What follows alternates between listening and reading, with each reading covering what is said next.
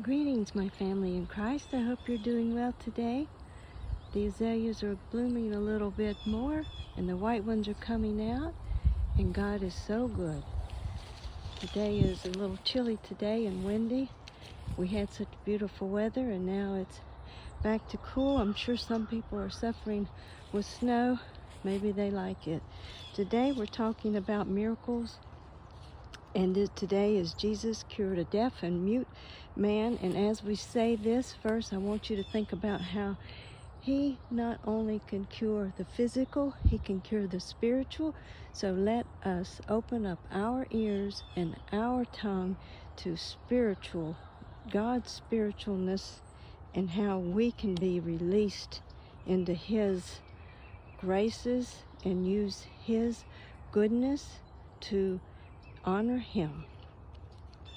Jesus left Tyre and went up to Sidon before going back to the Sea of Galilee and the region of the 10 towns.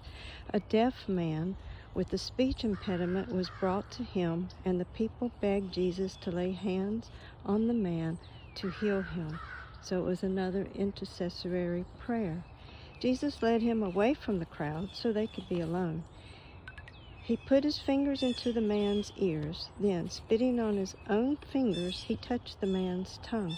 Looking up to heaven, he sighed and said, Ephphatha, which means be opened. Instantly, the man could hear perfectly, and his tongue was freed, so he could speak plainly. Jesus told the crowd not to tell anyone, but the more he told them not to, the more they spread the news.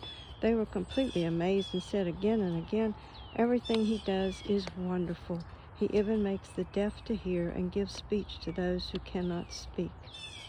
And isn't it amazing? And I looked up problems with being deaf, of course, are the obvious ones, but also mental health issues are increased twofold. And problems with being mute would be poor progress in school, low self-esteem, social isolation and ostracism, and social anxiety. And that we speak, believe it or not, about, on the average, 16,000 words a day, and we hear on the average 20 to 30,000 words a day. So that's how important our speech and our hearing is. And again, let's be praising God that we can speak with spiritual ears, and our tongue can be loosened and say things, and we can just be kind to people. We can just not hesitate. You know, the worst times to do this is when we're in a tragedy or something is not going right. So in the good times, shouldn't we be practicing this and opening our hearts to saying kind words and being kind, sharing love in places that may not get love? Just open our spiritual ears and tongue and be thankful for all the ways that God has blessed us, that we can even thank him. If we started today and praised him every single second of the day, it wouldn't be enough thanks, would it? Because his grace is unimaginable. And I'm going to try to walk, and we'll go check on the Linton Rose, and I'm walking down here. You'll probably catch my shadow. The beautiful sunrise is so magnificent. Excuse me. Stepped on going down the bank here. There's some more red, and when the white bloom, it'll be really, really pretty.